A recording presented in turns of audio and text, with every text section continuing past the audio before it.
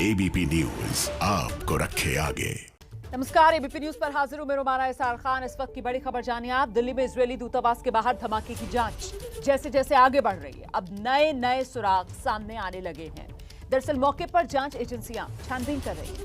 ABP news से exclusive बातचीत में भारत में इजरायल के राजदूत हैं डॉक्टर रॉन माल्का। उनकी तरफ से कहा गया है कि इस धमाके के पीछे इजरायली दूतावास को ही निशाना बनाने का मकसद था। मतलब मकसद क्या था ये साफ हो रहा है। इजरायल के दूतावास को ही निशाना बनाना था, ये मकसद था। इजरायली राजदूत ये जानकारी साझा कर रहे हैं और इस धमाके की जांच में इजरायल की जांच एजेंसी भी शामिल हो सकती है। इस मामले का ईरानी कनेक्शन सामने आ रहा है। दरअसल मौके से एक चिट्ठी मिली है, आप जानते हैं, और वो जो चिट्ठी है जिसमें 2 ईरानियों की हत्या का जिक्र किया गया है। कहा गया है कि ये सिर्फ एक ट्रेलर था। जांच एजेंसियां इस एंगल से भी अब अपनी जांच को आगे बढ़ा रही हैं। एबीपी न्यूज से खास बातचीत में इजरायली राजदूत डॉक्टर रॉन माल्का ने कहा है कि अभी साफ तौर पर नहीं कहा जा सकता कि धमाके के पीछे है कौन। उन्होंने कहा कि ये आतंकी हमला था, इसमें तो कोई शक शुबा नहीं है। इजरायली दूतावास ही निशाने पर था, इसमें भी कोई शक शुबा नहीं है। पूरी बातचीत जरा सुनिए। We don't know yet who is standing behind this blast, but as of now, our assumption that it is a terror attack that is targeted the Israel embassy. Fortunately, nobody is hurt. All the diplomats and the families are safe. We are working with full cooperation with the Indian authorities to investigate, to put all the pieces and just to finalize the puzzle to understand who is standing behind this evil attack. Doctor Ron माल्का के मुताबिक उन्हें भारत की जांच एजेंसियों पर पूरा भरोसा है और अगर जरूरत पड़ी तो फिर इजरायल की टीम भी जांच में शामिल होगी। As I said, it's a full collaboration, so we are working together. If the delegation will come here, if it will be conducted in different ways, I still don't know. As I said, it's still early stages of the investigation and all the options are there. I have full trust that our authorities, the Indian authorities, the Israeli authorities that are joining efforts here will find a way, the best way to finalize this investigation and of course to understand who is standing behind that attack and just find them.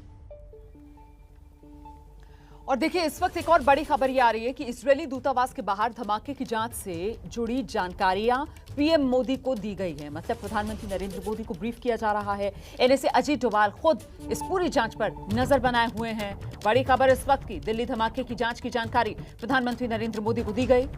NSA Ajit Doval इस जांच पर नजर बनाए हुए हैं। सूत्रों के मुताबिक अब तक की जांच में साफ तौर पर नहीं कहा जा सकता कि धमाके के पीछे कौन। ईरान के नाम का इस्तेमाल कहीं जांच को भटकाने के लिए तो नहीं किया गया, ये भी एक सवाल है जिसका जवाब तलाशा जा रहा है, क्योंकि इजरायल ने भी आधिकारिक तौर पर ईरान का नाम नहीं लिया है। भारत इस मामले में संभल कर बयान देना चाहता है क्योंकि उसके संबंध इजरायल से भी बढ़िया हैं और ईरान से भी हमारे संबंध अच्छे हैं।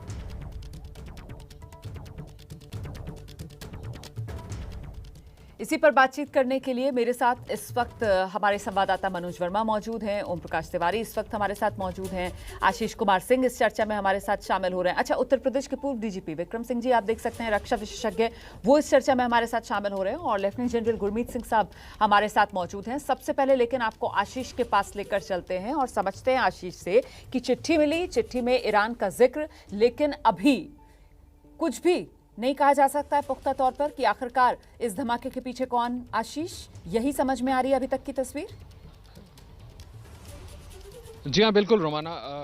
देखिए, जिस तरह से वहाँ चिट्ठी मिली है वो हाथ से लिखी हुई चिट्ठी मिली है। मेरी अभी बात हुई है एजेंसीज में टॉप ऑफिशियल से। पहले तो ये अहम जानकारी है जिसका जिक्र आपने किया कि national security adviser Ajit Doval विदेश दौरे से कल रात लौटे हैं और पूरी इन्वेस्टिगेशन की वो मॉनिटरिंग कर रहे हैं। अभी तक जो हमें जानकारी मिली है उसके मुताबिक ईरान का सीधा हाथ इस्टेब्लिश नहीं हुआ है। उससे पहले भारत ईरान को सीधे तौर पर ब्लेम नहीं करना चाहता। गौरतलब बात यह भी है रोमाना, आप देखें कि इसराइल ने भी अभी तक ईरान को सीधे तौर पर जिम्मेदार नहीं बताया है। बस ये कहा है कि इसको लेकर के भारत भारत और इजरायली एजेंसीज के बीच जांच चल रही है। इस बीच में आपको एक जानकारी और दे दूं कि जैश उल हिंद नाम के किसी छोटे से ग्रुप ने क्लेम जरूर किया है, लेकिन उसको भी टॉप एजेंसीज ने अभी कहा है कि इसको वेरीफाई नहीं किया जा सकता। ये कैसी एजेंसी है, ये किसके साथ ताल्लुक रखती है, ये अभी तक एस्टैब्लिश नहीं हुआ है। तो अभी जांच की प्रक्रिया आगे बढ़ रही है। प्रधानमंत्री को ब्रीफ कर दिया गया है, जैसे मैंने आपको बताया कि नेशनल सिक्योरिटी एडवाइजर खुद इस जांच को ओवरसी कर रहे हैं। लेकिन अभी बहुत जल्दीबाजी होगी ये कहना कि ईरान सीधे तौर पर शामिल था। हो सकता है ये भी एक गुंजाइश है जो कि एजेंसीज कह रही हैं कि अटेंशन को डाइवर्ट करने के लिए संभवतः किसी और ने कराया हो और सहारा ईरान के नाम का ले रहा हो। मैं आपको रोकना चाहूंगी, इस वक्त की बड़ी खबर जैश उल हिंद का नाम सामने निकल कर आ रहा है और कहा जा रहा है जैश उल हिंद ने इस हमले की जिम्मेदारी ली है। मनोज वर्मा इस वक्त हमारे साथ मौजूद हैं। मनोज, अपडेट क्या मिल रहा है इस वक्त, ये जैश उल हिंद का जो नाम सामने आ रहा है? बिल्कुल, देखिए आपको बताना चाहूंगा कि इस वक्त जो है स्पेशल सेल के जो डीसीपी हैं प्रमोद कुमार कुशवाहा, वो यहाँ पर पहुंचे हैं मौके पर और अभी छानबीन यहाँ पर की जा रही है। मेरे साथ हमारे संवाददाता ओपी तिवारी मौजूद हैं। सर, अब तक की छानबीन में क्या निकल करके आया है? देखिए, दिल्ली पुलिस जो जांच कर रही है उसमें उनका पूरा जो फोकस है वो दोनों बातों पर है कि जो लेटर मिला है उस लेटर का जो मजमून है, अगर एक हम बात करें एक पेज के मजमून का, एक लाइन का अर्थ है कि हम बदला लेंगे। अगर उस पूरे लेटर पे हम ध्यान दें तो उसका एक मजमून है, चाहे उसमें किसी की हत्या की बात कही गई है, किसी को मारे जाने की बात कही गई है, लेकिन उसमें कहता है कि हम बदला लेंगे। दूसरी बात है कि दिल्ली पुलिस ने अपनी इंक्वायरी को अब दोनों तरफ फोकस रखा है और दिल्ली पुलिस इस पूरे मामले में इस बात की भी जांच कर रही है कि इसका ईरानियन कनेक्शन हो सकता है या नहीं हो सकता है, या फिर ये किसी और की शरारत है, कोई और ग्रुप है जो ईरानियन कनेक्शंस का सहारा लेकर बदनाम करना चाहता हो। यही कारण है कि दिल्ली पुलिस सारे एंगल्स को ध्यान में रखते हुए जांच कर रही है। और अब दिल्ली पुलिस ने अपनी ये जांच भी शुरुआत कर दी है कि पिछले एक सप्ताह के दौरान ईरान के कितने नागरिक भारत आए और वापस गए, ये ईरानी नागरिक भारत में कहां रुके थे और इन लोगों ने किन किन लोगों से मुलाकात की थी। सबसे अहम बात यह है कि आप बातचीत अपनी आगे बढ़ाइएगा ओम प्रकाश तिवारी के साथ। आशीष का एक बार फिर से रुख करेंगे। देखिए आशीष, ये जो जैश उल हिंद एक ऑर्गेनाइजेशन का नाम सामने निकल कर आ रहा है, जो जिम्मेदारी ले रहा है, ये किस रूप में सामने आया है और इस ऑर्गेनाइजेशन के बारे में हमारी जो सिक्योरिटी एजेंसीज हैं उनके पास क्या जानकारी? नहीं, जैसा मैं आपको कह रहा था रोमाना कि ये इस नाम के संगठन ने क्लेम किया है कि हमने ये हमला कराया। उन्होंने सोशल मीडिया पे अपनी बात डाली है, लेकिन मैं फिर से दोहरा दूं जो बड़ी बात मैं आपको बता रहा था कि इन्वेस्टिगेशन एजेंसीज का ये कहना है कि इस नाम के संगठन का किससे ताल्लुक है, किससे तार जुड़े हुए हैं, ये कैसा संगठन है, किस एजेंसी के साथ इन्वॉल्व है, किसी ईरानी एजेंसी के साथ इन्वॉल्व है या किसी पाकिस्तानी एजेंसी के साथ इन्वॉल्व है या कोई स्लीपर सेल है, इसकी जानकारी कोई इन्वेस्टिगेशन एजेंसी के पास नहीं है, इन्वेस्टिगेटिव एजेंसीज के पास नहीं है। इसकी तफ्तीश होना बाकी है। तो और मतलब इसीलिए आप ये बता रहे हैं आशीष कुमार सिंह, अभी जैश उल हिंद जो ऑर्गेनाइजेशन है पहली बार इसका नाम सामने निकल कर आ रहा है और ये ऑर्गेनाइजेशन आप बता रहे हैं कि सोशल मीडिया पर क्लेम कर रही है। सोशल मीडिया पर ये क्लेम क्या कर रही है, जरा ये भी बताइए विस्तार से। देखिए, वो सीधे क्लेम कर रहे हैं कि ये जो हमला है कल का, ये हमला जैश उल हिंद ने कराया है और इसी को लेकर के एजेंसीज ये कह रही हैं कि ये किसके साथ ताल्लुक रखती है। इस तरह का नाम भी पहली बार सामने आया है, इसीलिए मैंने आपसे कहा कि ये किसी संगठन का स्लीपर सेल हो जो एक्टिवेट किया गया हो इस नाम से। अभी तमाम चीज़ों की तफ्तीश की जा रही है और इसीलिए एस्टैब्लिश करना अभी बड़ा मुश्किल है कि क्या वाकई ईरान का आधिकारिक तौर पर या किसी ईरानी एजेंसी का आधिकारिक तौर पर इसमें कोई इन्वॉल्वमेंट था। इस बात को रूल आउट नहीं किया जा सकता। मैं फिर से दोहरा रहा हूं कि इसमें किसी और एजेंसी का इन्वॉल्वमेंट है, किसी और तीसरे देश का इन्वॉल्वमेंट भी रूल आउट नहीं किया जा सकता। इसलिए हमें इंतजार करना होगा कि जांच पूरी हो और उसके बाद एस्टैब्लिश हो कि आखिर ये धमाका कराया किसने। बिल्कुल इंतजार करना होगा, क्योंकि अभी तक मुझे लगता है विक्रम सिंह साहब बेहतर बता पाएंगे। विक्रम जी, मामला अब काफी उलझा हुआ सा नजर आ रहा है। धमाका होता है, एक चिट्ठी मिलती है, चिट्ठी में ईरान का जिक्र किया जाता है, उसके बाद ये जैश उल हिंद नाम का एक ऑर्गेनाइजेशन सामने आ जाता है, सोशल मीडिया पर वो क्लेम करता है, लेकिन कुछ अता पता तो है नहीं इस ऑर्गेनाइजेशन का। पहली बार ये ऑर्गेनाइजेशन जो सामने आ रहा है। रोमाना जी, आप देखें कल से लेकर आज तक में बड़ी उल्लेखनीय प्रगति विवेचना में हुई है। कल तक सब हम कयास कर रहे थे, हमारी फोर्सेस कह रही थी कि ये शरारती तत्व हो सकता है। इजराइल के एम्बेसडर ने कल ही कह दिया था कि ये आतंकवादी गतिविधियां, और जो भी प्रोफेशनल लोग थे सबने ये कहा कि दिन, समय और स्थान का चयन उग्रवादी कर सकता है, कोई शरारती तत्व नहीं करेगा इसको। और उसके बाद जब आप देखिए घटनाक्रम, विस्फोट का प्रकार, उसमें इस्तेमाल की गई सामग्री, जो circuit, ammonium nitrate, ball bearing, इनका मिलना, इसके अलावा जो समय था ये मान के चलिए चरमपंथी। अब चरमपंथी में दो प्रकार के होते हैं, एक जो कोई क्लेम कर ले जैशुल हिंद का कोई बहुत ज्यादा नाम आज तक तो सामने नहीं आया, लेकिन भ्रम फैलाने की नीयत से भी और इन्वेस्टिगेशन की दिशा को भ्रमित करने के लिए भी इस प्रकार के कृत्य पहले भी हुए हैं। ऐसा नहीं कि पहली बार हुआ होगा। मैं आपको 10 उदाहरण दे सकता हूं जिसमें भ्रम फैलाने की नीयत से, जिससे कि असली मुलजिम बच जाएं, लेकिन इसके तार अच्छी तरीके से उससे जुड़े हैं कि 13 फरवरी 1912 को जब इजरायलियों के ऊपर हमला हुआ था, जिसमें एक महिला घायल हुई थी, ड्राइवर घायल हुए थे, 2 पासर्स बाय, उससे और इसमें बहुत सिमिलैरिटीज हैं। और उसी दिन जॉर्जिया में भी ब्लास्ट हुआ था और बैंकॉक थाईलैंड में भी ब्लास्ट हुआ था। उसके सारे तार अगर आप निकालें तो कहीं ना कहीं आपको ये मिलेगा, क्योंकि नाम जो आ रहा है वो बिल्कुल सही आ रहा है कि मोहसिन फखरेजादे और जनरल कासिम सुलेमानी, जिनकी हत्या 3 जनवरी 2020 को हुई थी, इन दोनों से इनके तार कहीं ना कहीं जुड़े थे, क्योंकि तब भी ईरान ने कहा था वो इसका प्रतिशोध लेगा। तो इसमें न केवल ईरान के ऊपर इस कृत्य के ऊपर जांच करनी चाहिए, लेकिन कोई भी चीज वैक्यूम में क्रिएट नहीं की जाती है। रुमाना, इसमें अगर आप गौर करें तो फुट सोल्जर्स और स्लीपर सेल का योगदान होगा। जी, लेकिन जो बात आप कह रहे हैं सर, उससे अगला सवाल ये निकल कर आता है कि भाई ईरान का बदला है, जिसका जिक्र आप कह रहे हैं चिट्ठी में जिस तरीके से किया गया, उस बदले के लिए हिंदुस्तान की जमीन का इस्तेमाल क्यों? मैं चर्चा इस दिशा में आगे बढ़ाऊं उससे पहले मुझे लगता है जल्दी से आपको लेकर चलते हैं ग्राउंड पर, जहां पर मेरे सहयोगी मनोज वर्मा मौजूद हैं और बहुत बड़ा खुलासा मनोज वर्मा इस वक्त करना चाहते हैं। बड़ी ब्रेकिंग न्यूज मनोज वर्मा के पास। मनोज।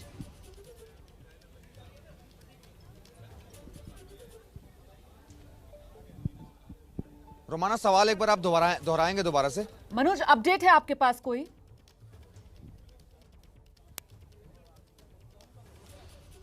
जी बिल्कुल, देखिए बताना चाहूंगा कि स्पेशल सीपी जो है नीरज ठाकुर वो अब यहाँ पर मौके पर पहुंचे। इसके अलावा जो डीसीपी हैं प्रमोद कुमार कुशवाहा वो यहाँ पर पहुंचे और पूरी की पूरी टीम जो है स्पेशल सेल की वो अब यहाँ पर मौजूद है जहाँ पर स्पॉट था। मेरे साथ ओपी तिवारी जी हैं। सर, अब यहाँ पर क्या रिकंस्ट्रक्ट किया जा रहा है, क्या किया जा रहा है सर यहाँ पर? देखिए, मैं आपको बता दूं कि जो सीनियर ऑफिसर्स हैं उनके साथ एक एक्सपर्ट टीम भी है और ये सीनियर ऑफिसर्स की जो टीम है ये अपने साथ एक्सपर्ट की टीम लेकर इसलिए पहुंची है कि कल शाम को जो बम वहाँ पर फेंका गया या रखा गया तो वो कितनी दूर से वहाँ फेंका गया होगा या कितनी दूर से रखा गया होगा, और जो इनको सीसीटीवी फुटेज मिला है उसके हिसाब से ये लोग एक तरह से आप कहें तो क्राइम को रिकंस्ट्रक्ट करने की कोशिश कर रहे हैं कि कल शाम को क्या हालात रहे होंगे और उस समय यहाँ पर लोग जो मौजूद रहे होंगे उन्होंने इसको देख पाया होगा या नहीं देख पाया होगा। आप देख सकते हैं, मेरा कैमरामैन आपको दिखाएंगे कि एक स्टैंड रखा हुआ है और स्टैंड पर उन्होंने एक पैकेट टाइप की चीज़ रखी हुई है और ये देखने की कोशिश की जा रही है कि इतनी दूर से फेंकने पर अगर वो पैकेट अगर फेंका गया होगा तो उसको फेंकने से ब्लास्ट हो सकता था या नहीं हो सकता था। यानी कल शाम के जो हालात थे, पुलिस उसको एक बार अपने नज़रिए से समझना चाहती है कि वो हालात कैसे रहे होंगे और कल शाम को जब ये बम यहाँ लाया गया होगा। आप देख सकते हैं कि लाल रंग का जो शख्स है उसके हाथ में भी एक पैकेट है, लाल रंग की जिस शख्स ने वो पहन रखी है उसके हाथ में एक पैकेट है सफ़ेद रंग का। ये ठीक उसी टाइप का पैकेट है जिसका जिक्र कल शाम को एबीपी न्यूज़ ने अपने दर्शकों को किया था और बताया था कि सीसीटीवी फुटेज में एक पैकेट देखा गया है। ये ठीक उसी तरह का पैकेट है और इसलिए वो वहाँ पर रख के देखा जा रहा है कि ये पैकेट कितनी देर में ब्लास्ट होगा और हो सकता है उसके अंदर टाइमर या ऐसा कोई डिवाइस लगा हो जो पुलिस अपनी सुविधा के लिए जानना चाहती है कि जो जब बम फेंका गया तो कितनी देर में ये ब्लास्ट हुआ होगा या इसके अंदर टाइमर या दूसरी चीजें किस तरह से लगाई गई होंगी। बिल्कुल रोमाना, तस्वीरें साफ तौर पर बता रही हैं कि जो पुलिस की इन्वेस्टिगेशन है वो लगातार आगे बढ़ती जा रही है और अब जो क्राइम सीन है उसको रिकंस्ट्रक्ट किया जा रहा है। तमाम जो दिल्ली पुलिस के आला अधिकारी हैं, स्पेशल सीपी नीरज ठाकुर खुद वो यहाँ पर मौजूद हैं, डीसीपी प्रमोद कुमार कुशवाहा वो यहाँ पर मौजूद हैं और पूरी की पूरी जो टेक्निकल टीम है वो यहाँ पर मौजूद है और क्राइम सीन को अब रिकंस्ट्रक्ट किया जा रहा है कि जब धमाका हुआ होगा उस वक्त क्या हुआ होगा, कैसे हुआ होगा। तो इस वक्त की तस्वीरें आप देख रहे हैं एबीपी न्यूज पर। बिल्कुल मनोज, आपके साथ ओम प्रकाश तिवारी लगातार बने हुए हैं। जरा उनसे ये भी समझने की कोशिश कीजिए कि जब धमाका हुआ होगा तो किस तरीके से हुआ होगा, कैसे धमाके को अंजाम दिया गया होगा। ये तो क्राइम सीन एक तरीके से आप लोग दिखा ही रहे हैं तस्वीरों में कैसे रिकंस्ट्रक्ट करने की उसको वहां पर कोशिश की जा रही है, लेकिन साथ ही साथ क्या बड़ी तस्वीर ये भी उभर रही है कि बाकायदा सुनियोजित साजिश, बाकायदा इस पूरे इलाके की रेकी कर इस जगह को चुना गया हो और फिर इस धमाके को अंजाम दिया गया। ओम प्रकाश, आपको क्या लगता है कि बाकायदा रैकी की गई होगी और उसके बाद ही जो बॉम्ब है वो प्लांट किया गया होगा या फिर फेंका गया होगा या रखा गया होगा? क्या पूरी इलाके की रैकी की गई होगी और उसके बाद ही ऐसा किया गया होगा? अगर हम साल 2012 में जो यहाँ पर गाड़ी पर बम चिपकाया गया था, अगर उस तरह की उस समय की बात करें और उस समय का जो इंटेरोगेशन हुआ था जिन लोगों का, उसकी बात करें तो उस समय भी ये बात उभर कर सामने आई थी कि रैकी किया गया था। और यहाँ के जो हालात दिख रहे हैं उससे ज़रूर ऐसा लगता है कि इस जगह की रैकी की गई होगी। हालांकि जब तक कोई आरोपी पकड़ा ना जाए और अपने बयान में इस बात का खुलासा ना कर दे, तब तक स्पष्ट तौर पर तो कहना बहुत मुश्किल है। लेकिन जिस तरह के हालात यहाँ पर हैं, हो सकता है कि जब वो लोग बम फेंकने आए, उनका टारगेट तो दूतावास रहा हो, लेकिन वहाँ पर उन्होंने सिक्योरिटी देखी हो, वहाँ पर कोई हलचल देखी हो और इसके चलते वो वहाँ ना फेंक पाए हो बम। लेकिन ये तो तय है कि कल का दिन बहुत महत्वपूर्ण था और आरोपियों को संभवतः ये भी पता था कि ये जो वीआईपी इलाका है, यहाँ पर जरूरत से ज्यादा चौकसी होगी। इसी के चलते रैकी की संभावना से बिल्कुल इंकार नहीं किया जा सकता। रोमाना, एक चीज और मैं आपको बताना चाहूंगा कि बम जहाँ पर प्लांट किया गया था या फेंका गया था, वहां पर जो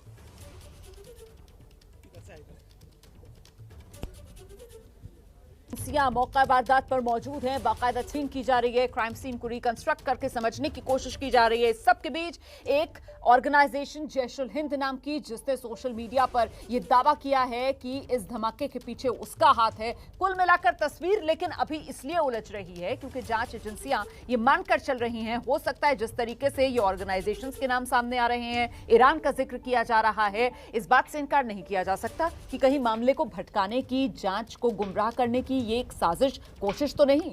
कुल मिलाकर अभी तक जिस तरीके की मोडस ऑपरेंडी सामने निकल कर आई है, lieutenant general Gurmeet Singh sir, आपका असेसमेंट क्या कहता है?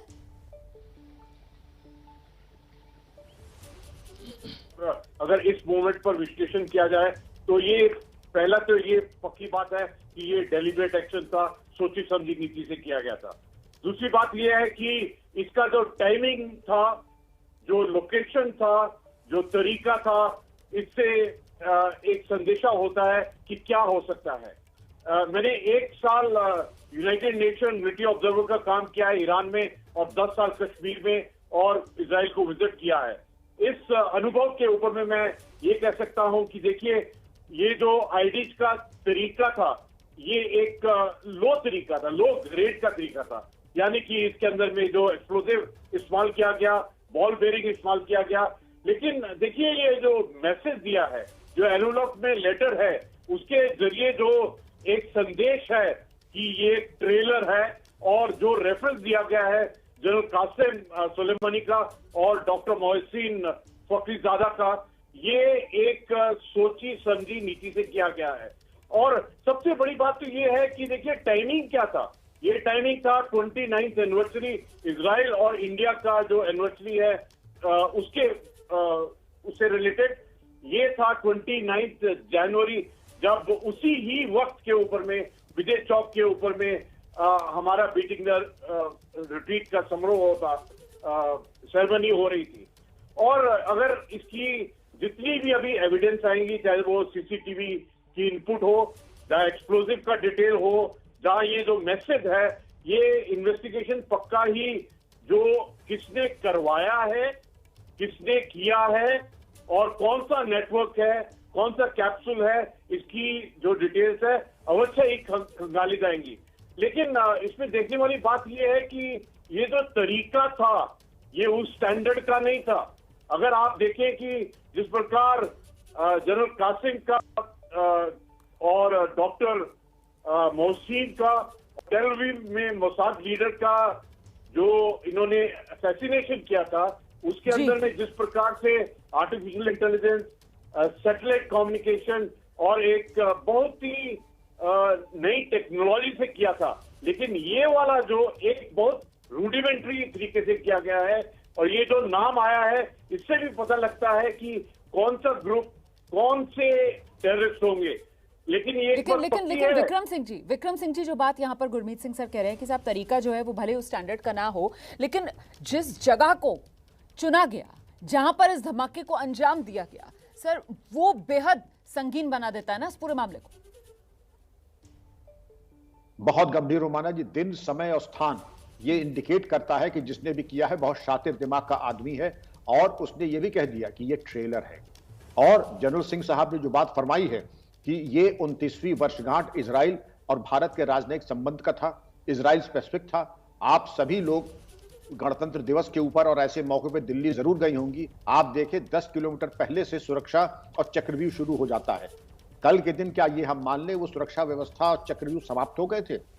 1 किलोमीटर 2 किलोमीटर की परिधि में शरारती तत्व का पहुंचा बिना किसी तलाशी के पहुंचना चिंता का विषय नंबर 1। सीसीटीवी का खराब होना चिंता का विषय नंबर 2।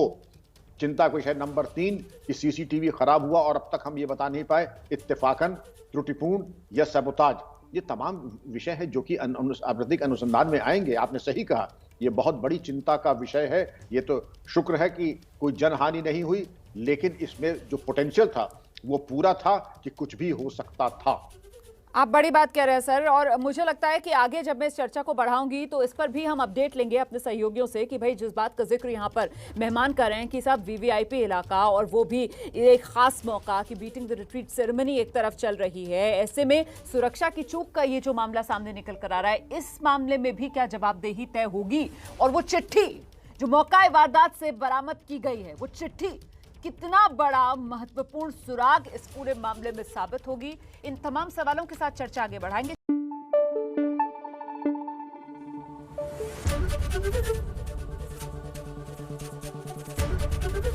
एबीपी न्यूज आपको रखे आगे।